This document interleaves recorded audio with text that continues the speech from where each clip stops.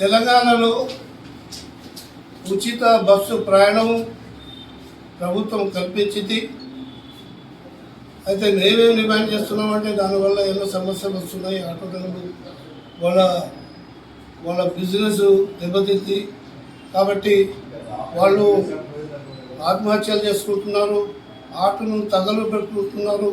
కాబట్టి ప్రభుత్వాన్ని మేము డిమాండ్ ఏం చేస్తున్నామంటే దీనికి బదులు మద్యపాన నిషేధం అమలు చేయండి అని డిమాండ్ చేస్తున్నాం.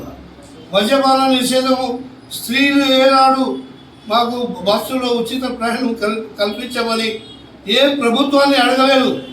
వాళ్ళకు అసలైనటువంటి డిమాండ్ అనేది మద్యపాన నిషేధము పెట్టమని స్త్రీలు అడిగారు. 1994లో ఎన్టీ రామారావు చెప్తారు. ఏమని ఎన్టీ రామారావు ఏమన్నాడు? మీరు మాకు ఓటేస్తే మద్యపాన నిషేధం అమలు చేస్తున్నాడు. అమలు చేసిండు. తర్వాత మరింత మెజారిటీతో గెలిచిండు.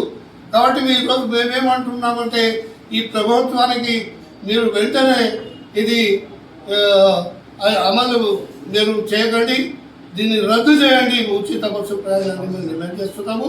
స్త్రీల డిమాండు, అసలైనటువంటి డిమాండ్ మద్యపాన నిషేధము. ఎన్టీ రామారావు తర్వాత ఏ ముఖ్యమంత్రి కూడా దీని గురించి పట్టించుకోలేదు. కాబట్టి స్త్రీలకు మేము అండగా ఉంటాం, మీతో కలిసి పోరాడతాం.